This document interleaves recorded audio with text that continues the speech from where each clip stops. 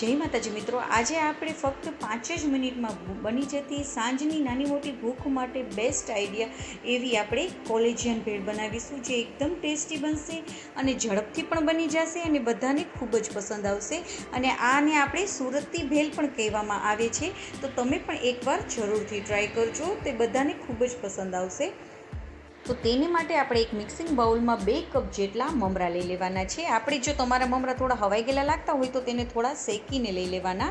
સાથે આપણે 2 ચમચી જેટલા મસાલાવાળા બી અને મસાલાવાળી ચણાની દાળ લઈ લેવાની છે. તમારી પાસે જો ચેવડો પડેલો હોય તે પણ તમે લઈ શકો છો. સાથે ઝીણી સમારેલી 3 થી 4 ચમચી ડુંગળી, ટમેટાને લઈ લેવાના છે. સાથે મેં અહીંયા ખાંડવાળું પાણી પહેલેથી જ કરી રાખેલું હતું, તે નાખી દઈશું. જરૂર મુજબ આપણે તે ખાંડવાળું પાણીને એડ કરવાનું, જેથી કરીને તે એકદમ સરસ બનશે.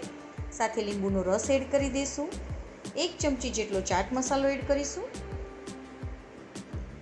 મેં અહીંયા આલુ સેવ લીધી છે, તમે આપણી ઝીણી સેવ કે રતલામી સેવ આવે છે તે પણ લઈ શકો છો, તે નાખી દઈશું. અને સાથે આપણે ગ્રીન ચટણી નાખી દઈશું. જો તમારી પાસે ગ્રીન ચટણી ન હોય તો તમે લીંબુનો રસ અને ચાટ મસાલો થોડો વધારે નાખીને પણ કરી શકો છો, તો પણ તે એકદમ ટેસ્ટી જ બનશે.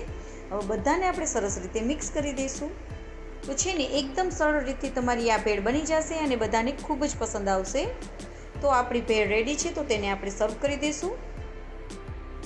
અને ઉપરથી થોડી ઝીણી સેવ, આપણે જે આલુ સેવ છે તે નાખી દઈશું અને થોડા મસાલાવાળા બી એડ કરી દઈશું.